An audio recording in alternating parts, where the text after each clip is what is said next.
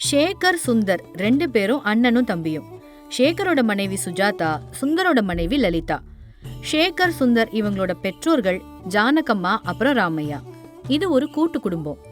2 மருமகள்களும் வீட்டோட அதிகாரம் தன்னோட கைக்கு வரணுங்கிறதுக்காகவும் வீட்டு வேலைகளை தவிர்ப்பதற்காகவும் எப்பவும் சண்டை போட்டுட்டே இருப்பாங்க. இவங்களுக்கு சமாதானம் சொல்ல முடியாம ஜானகம்மா ரொம்ப அவதிப்படுவாங்க. அந்த வீட்டுல சமையல் வேலை மூத்த மருமக சுஜாதாவோடது. துணி துவைக்கிறது, வீட்டை சுத்தம் பண்றது மாதிரி மத்த வேலையெல்லாம் சின்ன மருமக லலிதாவோடது. இப்படி வேலையை பிரிச்சுக்கிட்டு பண்ணுவாங்க. அவங்க பண்ற வேலையில ஒருத்தர் மத்தவங்கள குறை சொல்லிக்கிட்டே இருப்பாங்க. பாவம் ஜானகி அம்மாவுக்கும் ராமையாவுக்கும் இவங்களோட சண்டையை தீர்த்து வைக்கிறதே தினமும் பெரிய வேலையா இருக்கும். தினம் ஏதோ ஒரு சண்டையினால அவங்க 2 பேரும் தான் ரொம்ப ரொம்ப கஷ்டப்பட்டுட்டே இருப்பாங்க. இப்படியே போச்சு. ஒரு நாள் ஷேகரும் சுந்தரும் வேலைக்காக வெளியில போனதுக்கு அப்புறம் லலிதாவுக்கும் சுஜாதாவுக்கும் மறுபடியும் சண்டை ஆரம்பமாச்சு.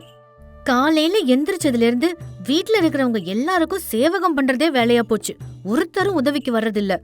வீட்டு வேலை எல்லாத்தையும் ஒரே ஆளா நானே பண்ணிட்டு இருக்கேன். அடே அப்பா, என்னமோ இவ ஒருத்தி தான் பண்றா. வீட்டுல எல்லாருக்கும் 3 வேளை சாப்பாடு நான் தானே பண்றேன். அத பத்தி யாராவது யோசிச்சு பாத்தீங்களா? என்னமோ இவ மட்டும்தான் எல்லா வேலையும் பாக்குற மாதிரி ரொம்ப ஓவரா பேசிட்டு இருக்கா. வீட்டுல 6 பேர் இருக்காங்க. 6 பேர் துணியையும் நான் மட்டுமே துவைக்கிறேன். துவைச்சு என் கையே இத்து போச்சு. ஒரு நாளாவது எனக்கு உதவி பண்ணிருப்பியா? வீட்டுல இருக்கிறவங்க எல்லாருக்கும் 3 வேளை நான் தானே வடிச்சு கொட்டுறேன். அப்ப நல்ல மூக்கு முட்டை தின்னுட்டு இப்ப நான் எதுவுமே செய்யலைங்கிற மாதிரி சொல்லிட்டு இருக்க. ஆமா, அடுப்பாங்கரையில உட்காந்துக்கிட்டு கரண்டியை திருப்புறது பெரிய கஷ்டம் பாரு. அழுக்கு துணியெல்லாம் துவைச்சு பாரு, கை கால்லாம் இத்து விழுந்துரும். ஒரு நாள் நீயும் துவைச்சாதான் அதுல என்ன கஷ்டம் இருக்குன்னு உனக்கும் புரியும். அப்ப சமையல் வேலை உங்க தாத்தா பண்ணுவாரா?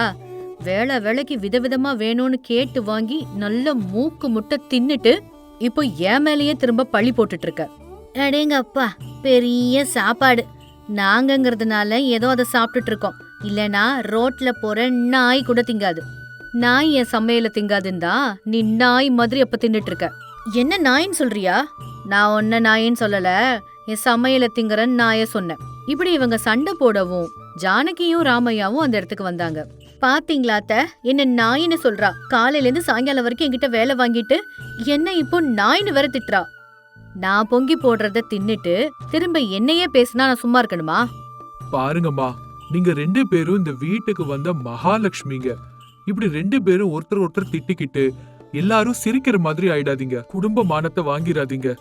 ஏதாவது அசௌகரியம் இருந்தா 2 பேரும் அனுசரிச்சு போங்கம்மா. அதை விட்டுட்டு வீட்டு கௌரவத்தை இப்படி வெளியில விடாதீங்க. பாருமா சுஜாதா, நீ சமைக்கிற சாப்பாட்ட நாங்களும் தான் சாப்பிடுறோம். நீ அவசரப்பட்டு வார்த்தையை கொட்டாத. ஒரு முறை வார்த்தையை கொட்டிட்டா அதுக்கப்புறம் அதை திரும்ப எடுக்கிறது ரொம்ப கஷ்டம். அதோட உங்க 2 பேரோட பேச்சு சுத்தி இருக்கிறவங்க காதுல எல்லாம் விழுந்தா நம்ம வீட்டு மானம் என்ன ஆகுறது? அதானே, உங்களுக்கு நான் சொல்றது மட்டும் தானே தெரியுது. அவ சொல்ற வார்த்தையெல்லாம் காதுலயே விழாத. எப்படி இருந்தாலும் உங்களுக்கு சின்ன மருமகன்னா தங்கம். அப்படி இல்லம்மா, நீங்க 2 பேருமே எனக்கு 2 கண்ணு மாதிரி தான். எந்த கண்ணுல அடிபட்டாலும் 2 கண்ணுல இருந்தும் தான் கண்ணீர் வரும். நீங்க 2 பேரும் சண்டை போட்டுக்கிட்டா நாங்க 2 பேரும் தான் ரொம்ப வருத்தப்படுறோம். இந்த சண்டை எல்லாம் உங்க புருஷன்களுக்கு தெரிஞ்சதுன்னா நாள் முழுக்க கஷ்டப்பட்டுட்டு வர்றவங்க எவ்வளவு வேதனைப்படுவாங்க. உங்க கணவர்கள் 2 பேரும் ராமனும் லக்ஷ்மணனும் மாதிரி இருக்காங்க. நீங்களும் அதே மாதிரி ஒத்துமையா இருந்தா எவ்வளோ நல்லா இருக்கும். உங்க சண்டையினால எங்க மகன்கள் 2 பேரும் பிரிஞ்சு போயிட்டா இந்த வயசுல எங்களால அதை தாங்க முடியாதுமா. இப்படி ஜானகியும் ராமையாவும் லலிதா சுஜாதா கிட்ட பக்குவமா பேசி அனுப்பி வைக்கிறாங்க. அன்னைக்கு பொழுது அந்த சண்டை அப்படியே முடியுது. ஆனா அடுத்த நாள் வழக்கம் போலவே 2 பேரும் சண்டை போட்டுக்க ஆரம்பிக்கிறாங்க. இவங்களோட சண்டையினால அக்கம் பக்கத்துல இருக்கிறவங்க கூட்டு குடும்பம்னு கூப்பிடுறத விட்டுட்டு இது சண்டைக்கார குடும்பம் அப்படின்னு எல்லாரும் கேலி பண்ண ஆரம்பிச்சிட்டாங்க. ஒரு நாள் சாயங்காலம் வீட்டுல எல்லாரும் சேர்ந்து உட்கார்ந்து சாப்பிட்டுட்டு இருக்கும்போது சுந்தர் இப்படி சொன்னான். லலிதா, இன்னைக்கு வேலை கொஞ்சம் அதிகமா இருந்ததுனால நான் போட்டிருந்த சட்டை ரொம்ப ரொம்ப அழுக்காயிடுச்சுமா. நாளைக்கு துவைக்கும் போது நல்ல பார்த்து துவை. இப்படி சுந்தர் தன்னோட மனைவி லலிதா கிட்ட சொன்னான். ஆமா, அதுக்கு தானே நான் இருக்கேன். உங்க எல்லாரோட அழுக்கு துணியும் துவைக்கிறதுக்காக. தினமும் மாடு மாதிரி இந்த வீட்டுல வேலை பார்த்து சாகுறேன். கொஞ்சமாவது என்னோட கஷ்டத்தை யாராவது புரிஞ்சுக்கிறீங்களா?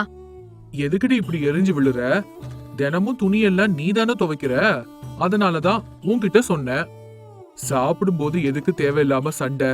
முதல்ல எல்லாரும் சாப்பிட்டு முடிங்க, அதுக்கப்புறம் எதுவா இருந்தாலும் நம்ம பேசிக்கலாம். அதானே, நான் பேசினாலே அது சண்டை போடுற மாதிரி தான் இருக்கும். முதல்ல சாப்பிட்டு முடிங்க, அப்புறம் நீங்க கணவனும் மனைவியும் ரூமுக்குள்ள போயிட்டு பேசுங்க. ஆமாமா, சண்டை எங்களுக்குள்ள மட்டும்தானே வரும். அதனால நாங்க உள்ள போய் நல்ல சண்டை போடுறோம், நீங்க எல்லாம் வேடிக்கை பாருங்க. உன்னை விட பெரியவங்க கிட்ட பேசுற விதம் இதுதானா? அன்னைக்கு நீ அத்தைய நாயின்னு சொன்னப்ப தெரியலையா? இப்ப நான் என்ன சொல்லிட்டேன்னு இப்ப பெருசா என்ன கேள்வி கேக்குற? அம்மாடி, அதெல்லாம் நடந்து முடிஞ்ச கதமா. மறுபடியும் இப்ப அதை இழுத்து வச்சு சண்டை போடுறீங்க. நடந்ததெல்லாம் முடிஞ்சிருச்சு, அதை இனிமே சுத்தமா மறந்துடணும். சேகர் இப்ப சுஜாதாவை பார்த்து, நீ எங்க அம்மாவை என்னன்னு சொன்ன? சுஜாதா எதுவுமே பேசாம இப்போ அமைதியா உட்கார்ந்திருந்தா. என்னை யாரும் எதுவும் சொல்லலப்பா, நீங்க தேவையில்லாம சண்டைய வளர்க்காதீங்க. சாப்பிடும்போது இந்த சண்டையெல்லாம் எதுக்கு? காலையில இருந்து வெயில்ல கஷ்டப்பட்டு வேலை செஞ்சுட்டு வீட்டுக்கு வந்திருக்கீங்க. நிம்மதியா சாப்பிட்டுட்டு போய் படுத்து தூங்குங்க. நாளைக்கு மறுபடியும் நீங்க வேலைக்கு போகணும்ல. நீங்க கஷ்டப்பட்டு உழைச்சாதான் நம்ம வீடு எந்த பிரச்சனையும் இல்லாம நல்லபடியா நடக்கும். அதனால உங்க 2 பேருக்கும் எந்த விதமான மனக்கசப்பும் வரக்கூடாது. இப்படி ஜானகி அம்மா சண்டை பெருசாகாம சமாதானம் சொல்றாரு. எல்லாரும் சாப்பிட்டுட்டு அவங்க அறைக்கு போய் தூங்கிடுறாங்க. ஜானகி அம்மாவும் ராமையாவும் தூங்குறதுக்கு முன்னாடி அவங்க குடும்பத்தை பத்தியே தான் யோசிச்சு பேசிட்டு இருக்காங்க. 2 மருமகளோட சண்டையும் நாளுக்கு நாள் அதிகமாயிட்டே போகுது. ஏதாவது ஒண்ணு செஞ்சு இவங்களுக்குள்ள ஒற்றுமையை வளர்க்கணுங்க. இல்லைன்னா நம்ம வீட்டோட கௌரவம் வீதிக்கு வந்துடும். இவ்ளோ நாளா யாருக்கும் தெரியாம இந்த சண்டையெல்லாம் மறைச்சுக்கிட்டு இருந்தோம். ஆனா இப்போ அக்கம் பக்கத்துல இருக்கிற எல்லாருக்குமே இது தெரிஞ்சிடுச்சு. உண்மைதான் ஜானகி, இந்த தெருவுல இருக்கிறவங்க கூட இப்ப நம்மள பார்த்து கூட்டு குடும்பம்னு சொல்றதை நிறுத்திட்டு சண்டைக்கார குடும்பம்னு கேலி பண்றாங்க. இவங்களோட சண்டை தெருவை தாண்டி ஊர் முழுக்க பரவிடும் போல இருக்கு. அது நமக்கு தான் பெரிய அவமானம். சீக்கிரமா இந்த சண்டையை தீக்கிறதுக்கு நம்ம ஒரு வழியை பார்க்கணும். அப்படின்னா உங்களோட தூரத்து சொந்தம், நம்ம எல்லாரோட நலம் விரும்பியான ராஜாராம் தாத்தாவை ஒரு தடவை நம்ம வீட்டுக்கு வாங்கன்னு கூப்பிடலாமா? அவங்க சொன்னா இவங்களுக்கு ஒருவேளை புத்தி வந்தாலும் வரும். அது மட்டும் இல்லாம அவர் மூலமா நம்ம வீட்டு ரகசியமும் வெளியில போகாது. சரியான நேரத்துல சரியான ஆளை பத்தி சொல்லிருக்க. ராஜாராம் தாத்தாவால மட்டும்தான் இந்த பிரச்சனைக்கு சரியான தீர்வு ஒன்னு சொல்ல முடியும். நான் நாளைக்கே தாத்தாவுக்கு தகவல் சொல்லி அனுப்புறேன். இப்படி ராமையா ஜானகி கிட்ட சொல்றாரு. மறுநாள் காலையிலேயே ராமையா ராஜாராம் தாத்தாவுக்கு தகவல் அனுப்புறாரு. 2 நாளைக்கு அப்புறம் ராஜாராம் தாத்தா அங்க வராரு. ராஜாராம் தாத்தா இந்த குடும்பத்துக்கு தூரத்து சொந்தம். அதோட இந்த மாதிரி குடும்ப சண்டையெல்லாம் தீர்த்து வைக்கிறதுல கில்லாடி. 80 வயசை தாண்டினாலும் ரொம்ப சாதுரியமா பிரச்சனைகளுக்கு தீர்வு என்னன்னு சொல்லிடுவாரு. அதுக்காகவே தான் இப்போ ராஜாராம் தாத்தாவை அவங்க வீட்டுக்கு கூப்பிட்டுருக்காங்க. ராஜாராம் தாத்தா வீட்டுக்கு வந்ததுக்கு அப்புறம் அன்னைக்கு சாயங்காலம் எல்லாரும் சாப்பிட்டுட்டு குடும்பத்துல எல்லாரும் ஒன்னா சேர்ந்து உட்கார்றாங்க. அதுக்குள்ளேயே ஜானகியும் ராமையாவும் நடந்த விஷயங்கள் எல்லாத்தையும் ராஜாராம் தாத்தா கிட்ட எடுத்து சொல்லிடுறாங்க. உங்க வீட்ல சமையல் பண்ணது யாருன்னு தெரியல, ஆனா சாப்பாடு ரொம்ப பிரமாதமா இருந்தது. இன்னைக்கு நான் 2 பிடி அதிகமாவே சாதம் சாப்பிட்டேன். ஆனா குழம்புல மட்டும் கொஞ்சம் உப்பு அதிகமாயிடுச்சு. ஆமா தாத்தா, உப்பு கொஞ்சம் கூடிதான் போச்சு. உப்பு கூடி இருந்தாலும் சாப்பாடு என்னவோ ருசியாதான் இருந்துச்சு. வீட்ல சமையல் பண்றது என்னவோ நான் தான் தாத்தா, ஆனா இன்னைக்கு கை தவறி கொஞ்சம் உப்பு கூடுதலா போயிடுச்சு. அப்படி தன்னைத்தானே நியாயப்படுத்திக்கிட்டா சுஜாதா. அம்மாடி, இப்ப நான் குழம்புல உப்பு அதிகமாயிடுச்சுன்னு சொன்னதுனால தாத்தா மேல உனக்கு எதுவும் கோபம் இல்லையே? அப்படிலாம் எதுவும் இல்ல தாத்தா, நீங்க பெரியவங்க, உங்க மேல நான் எதுக்காக கோவப்பட போறேன்? அப்போ உன்னை விட ரொம்ப சின்ன பொண்ணான லலிதா மேல மட்டும் எதுக்குமா இவ்ளோ கோவப்படுற? சுஜாதா எதுவுமே சொல்லாம அப்படி மௌனமா நின்னுட்டு இருந்தா. இப்போ தாத்தா லலிதாவை பார்த்து, லலிதா, நீ கல்யாணத்துக்கு முன்னாடி 20 வருஷம் ஒரு வீட்ல வளர்ந்த. அந்த சமயத்துல உன்னோட அப்பா அம்மாவோ இல்ல உன் கூட பிறந்தவங்களோ நீ வேலை சரியா செய்யலன்னு உன்னை அதட்டுனா அவங்க கிட்ட கூட இப்படிதான் சண்டைக்கு போவியாமா? அப்பா அம்மா கிட்ட வர சண்டையெல்லாம் அடுத்த கணமே காணாம போயிடும் தாத்தா. அவங்க சொல்றது நம்ம நன்மைக்காக தானே அப்படின்னு நமக்கு நல்லாவே தெரியும். அப்படி இருக்கும்போது அவங்க கிட்ட எப்படி சண்டை போட முடியும்? அப்போ உன் அப்பா அம்மா மாதிரி இருக்கிற அத்தை மாமா கிட்ட, கூட பிறந்தவ மாதிரி இருக்கிற சுஜாதா கிட்ட தினமும் எதுக்குமா இப்படி சண்டை போடுற? லலிதா கூட எந்த விதமான பதிலும் சொல்லாம அமைதியா அப்படியே நின்னா. தாத்தா எல்லாரையும் பார்த்து பொதுவா இப்படி சொன்னாரு. நம்ம சின்ன வயசுல தெரிஞ்சோ தெரியாமலோ செஞ்ச தவறுகளை நம்ம பெத்தவங்க சரி செய்யும் போது நம்மள திட்டியோ அடிச்சோ பயமுறுத்தியோ நல்வழிப்படுத்துவாங்க. அதுக்காக அவங்க நம்ம எதிரிங்க ஆயிட மாட்டாங்க. நம்மளும் அவங்களோட சண்டை போடுறது இல்ல. ஏன்னா அது நம்ம நன்மைக்காக தான்னு நமக்கு தெரியும். அதே போல திருமணம் பண்ணி புகுந்த வீட்டுக்கு கால் வச்சப்புறம் உங்க மாமனார் மாமியார் கிட்ட உங்க பெத்தவங்களை நீங்க பார்த்தா அவங்க சொல்றது ஒவ்வொன்றும் உங்க நன்மைக்காக தாங்கிறத நீங்க உணர்வீங்க. அதே போல உன் கூட பிறந்தவளா உன்னோட ஓரகத்திய நீ நினைச்சேன்னா இந்த மாதிரி சின்ன சின்ன சண்டைகள்லாம் அடுத்த நிமிஷமே மறந்து போயிடும். ஆனா நாம நம்ம பிறந்த வீட்டுல காட்டுற அக்கறைய அன்பாவும் புகுந்த வீட்டுல காட்டுற அக்கறைய கோவமாவும் எடுத்துக்கிறோம். சண்டையே அங்கதான் ஆரம்பிக்குது. உங்க பெத்தவங்க சொல்றது உங்க நன்மைக்குன்னு உங்களுக்கு தெரியும். ஏன்னா 20 வருஷம் நீங்க அவங்க கிட்ட வளர்ந்துருக்கீங்க. ஆனா மீதம் இருக்கிற 80 வருஷ வாழ்க்கைய நீங்க இந்த புகுந்த வீட்டுல தான் வாழணும். 20 வருஷம் வளர்ந்த பெத்தவங்க கிட்ட காட்டுற அதே அன்ப 80 வருஷம் உங்களை வாழ வைக்க போற மாமனார் மாமியார் கிட்ட காட்டுனா உங்களுக்குள்ள எந்த சண்டையும் வராது. நீங்க பெத்தவங்கள தெய்வங்களாவும் மாமனார் மாமியார பேயாவும் நினைக்கிறீங்க. அவங்க கிட்ட காட்டுற அன்ப இவங்க கிட்ட காட்டுறதுக்கு நீங்க தயங்குறீங்க. இதோ பாரு லலிதா, சுஜாதா, நீங்க 2 பேரும் இந்த வீட்டோட மருமகள்ங்க. ராமையாவும் ஜானகி அம்மாவும் இவ்ளோ காலம் வளர்த்து பாதுகாத்த குடும்ப கௌரவத்தை உங்க கையில கொடுத்திருக்காங்க. ஆனா நீங்களோ அதை வீதிக்கு கொண்டு வந்துட்டீங்க. அவங்களோட குடும்ப பொறுப்பை உங்க கையில ஒப்படைச்சா நீங்க செய்யற வேலை இதுதானா? ஒருவேளை இது உங்க பிறந்த வீட்டு கௌரவமா இருந்தா இப்படிதான் நீங்க செய்வீங்களா? ஒரு வீட்டோட மானம், மரியாதை, கௌரவம் எல்லாமே அந்த வீட்டுக்கு வந்த அந்த மகாலட்சுமிங்க கையில தான் இருக்கு. அண்ணன் தம்பிங்களோட ஒற்றுமை கூட அவங்களுக்கு வந்த மனைவிமார்கள் கையில தான் இருக்கு. பிள்ளைங்க ஒன்னா கூட்டு குடும்பமா வளர்ந்தாதான் அந்த பிள்ளைங்களோட எதிர்காலமும் நல்லா இருக்கும். ஆனா அது எதை பத்தியுமே யோசிக்காம நீங்க 2 பேரும் தினமும் என்னமா பண்றீங்க? இதெல்லாம் பாக்குறதுக்கு நல்லாவா இருக்கு? அப்படி கொஞ்சம் அழுத்தமா கண்டிக்கிறாரு. சுஜாதாவும் லலிதாவும் ஆழ்ந்த யோசனையில போறாங்க. அவங்க செய்யற தப்பு அவங்களுக்கு புரியுது. அத நினைச்சு அவங்க இப்போ வெக்கப்பட்டாங்க. நீங்க இன்னும் சின்ன பிள்ளைங்க மாதிரி தான் நடந்துக்கிறீங்க. நான் உங்க தெருவுக்கு வரும்போது உங்க வீட்டு முகவரியை கேட்டேன். அதுக்கு சிலர் கூட்டு குடும்பம்னும் சிலர் சண்டைக்கார குடும்பம்னும் உங்க குடும்பத்தை பத்தி ஏளனமா பேசுனாங்கம்மா. ஆனா நான் உங்களுக்கு சொல்றது என்னன்னா, இந்த ஊர்ல எத்தனை குடும்பம் இருந்தாலும் இன்னும் ஒன்னா சேர்ந்து வாழ்ற ஒரே கூட்டு குடும்பம் உங்களோடதுதான். மத்தவங்க எத்தனை விதமா பேசினாலும் நீங்க மருமகளுங்க எவ்வளோ சண்டை போட்டுக்கிட்டாலும் ஒன்னா சேர்ந்து வாழ்ற இந்த சேகர் அப்புறம் சுந்தரோட மனநிலை மாறவே இல்லை. பிரிஞ்சு போய் தனி கொடுத்தன வைக்கணுங்கிற எண்ணம் அவங்களுக்கு வரவே இல்லை. அதுக்கு காரணம் என்ன தெரியுமா? ராமையாவும் ஜானகி அம்மாவோட வளர்ப்பு தான். இனிமே உங்க மாமனார் மாமியாரோட மனசறிஞ்சு நடப்பீங்கன்னு, இந்த வீட்டு ரகசியத்தை வீதிக்கு கொண்டு வர மாட்டீங்கன்னு எனக்கு நீங்க சத்தியம் பண்ணி கொடுக்கணும். இந்த வயசானவன் உங்ககிட்ட கேக்குறது அதை மட்டும்தான். எனக்காக வாக்கு கொடுங்கம்மா. சுஜாதாவும் லலிதாவும் வருத்தத்தோட தலை குனிஞ்சுக்கிட்டே ராஜாராம் தாத்தாவோட கால்ல போய் விழுந்தாங்க. எங்களை மன்னிச்சிருங்க தாத்தா. இவ்ளோ நாள் அகங்காரத்துல மாமாவையும் அத்தையும் ரொம்ப கஷ்டப்படுத்திட்டோம். எங்க சண்டையினால எங்க புருஷன்மார்களுக்கு கூட நிம்மதி இல்லாம நாங்க ஆக்கிட்டோம். இனிமே அந்த மாதிரி நாங்க நடந்துக்க மாட்டோம் தாத்தா. எங்களோட வார்த்தையை நீங்க நம்பலாம். இப்படி ராஜாராம் தாத்தாவோட கால்ல விழுந்து அவங்க 2 பேரும் வருத்தப்பட்டாங்க.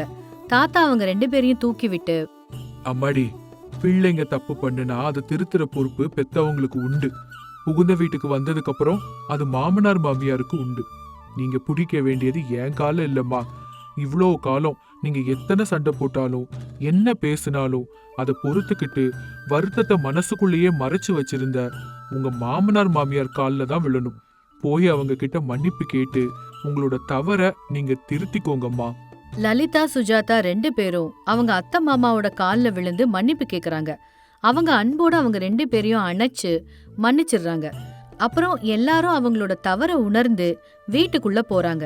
அடுத்த நாள் தாத்தா ஊருக்கு புறப்படுறதுக்கு ரெடியா இருந்தாரு. பிள்ளைங்களா, அப்ப நான் ஊருக்கு போயிட்டு வரட்டுமா? எல்லாரும் சேர்ந்து ஒரே குரல்ல, பார்த்து பத்திரமா போயிட்டு வாங்க தாத்தா, சீக்கிரமா மறுபடியும் திரும்பி வாங்க தாத்தா, இப்படி சொன்னாங்க. இனிமேல் உங்க குடும்பத்தை கூட்டு குடும்பம்னு தான் எல்லாரும் சொல்லணுமே தவிர சண்டைக்கார குடும்பம்னு சொல்லவே கூடாது. ஒருவேளை உங்களுக்குள்ள ஏதாவது பிரச்சனை வந்தா அதை தீர்த்து வைக்க இந்த ராஜாராம் தாத்தா இருக்கேன்ல, உடனே கிளம்பி வந்துருவேன். கவலையே படாதீங்க.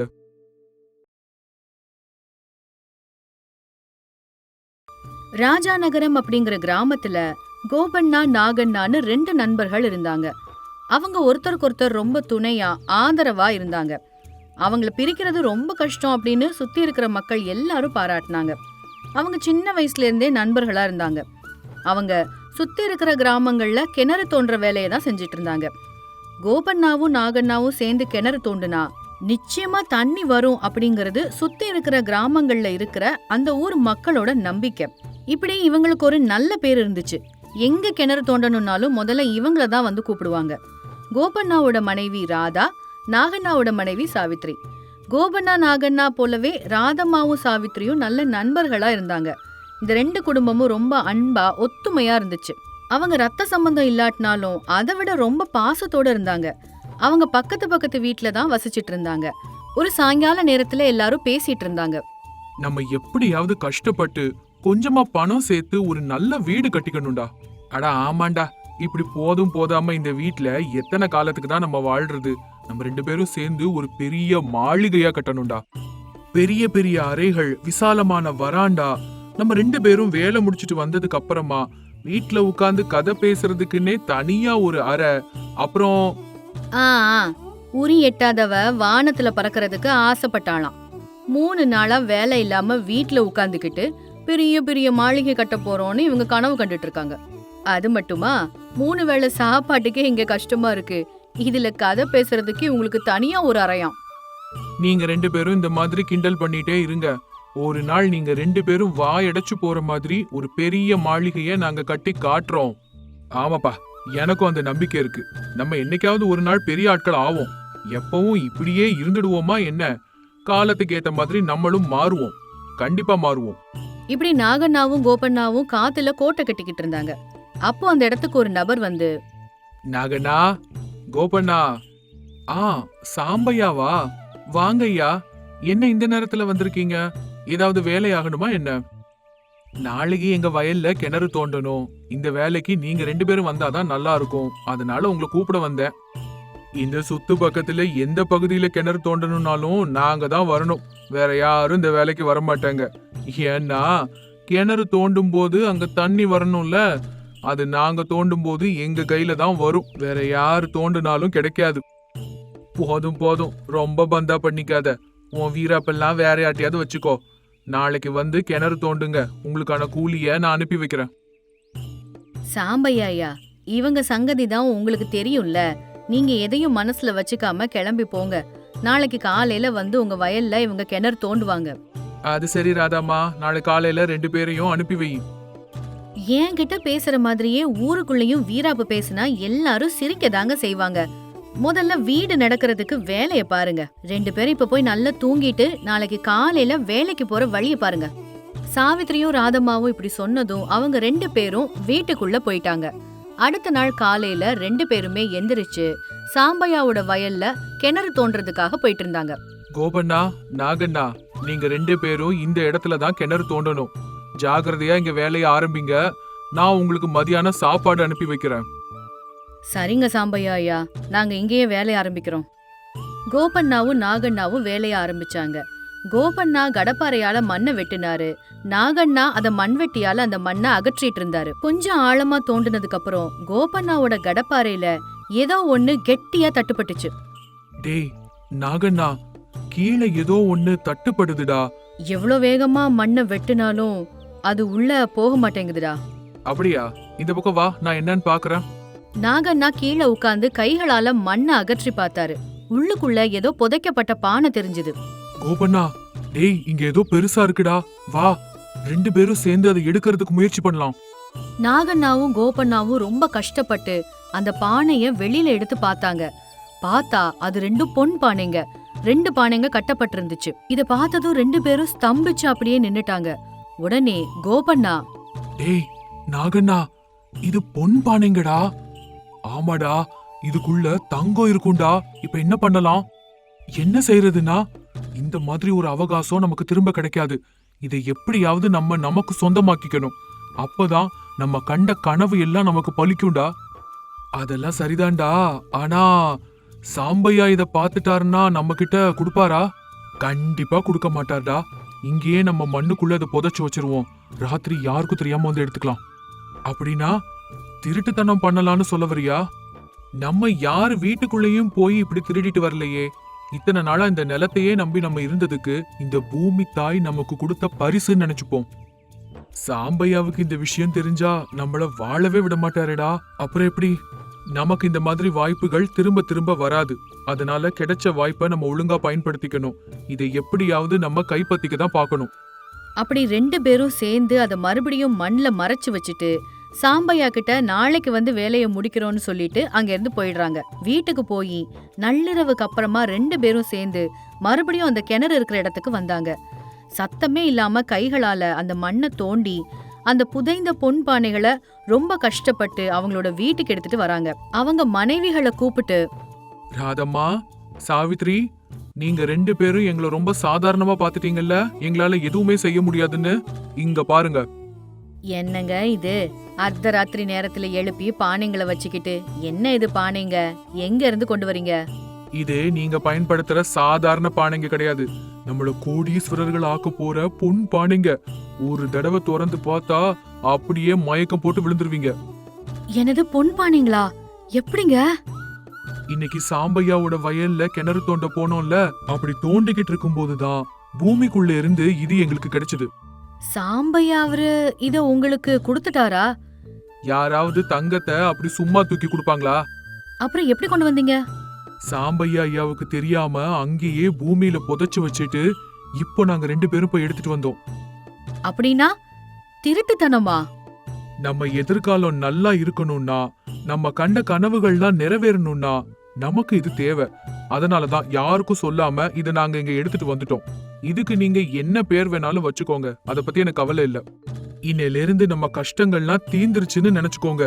நம்ம கண்ட கனவு எல்லாம் நிஜமாவே நிறைவேற போகுது. நம்ம இஷ்டப்பட்ட மாதிரி பெரிய மாளிகை கட்டலாம். இப்படி நினைச்சு 4 பேரும் சேர்ந்து அந்த பானையோட மூடிய திறந்து பார்த்தாங்க. ஒரு பானை முழுக்க தங்க நாணயங்களால நிரம்பி இருந்துச்சு. ஆனா இன்னொரு பானை முழுக்க மண்ணால நிரம்பி இருந்துச்சு.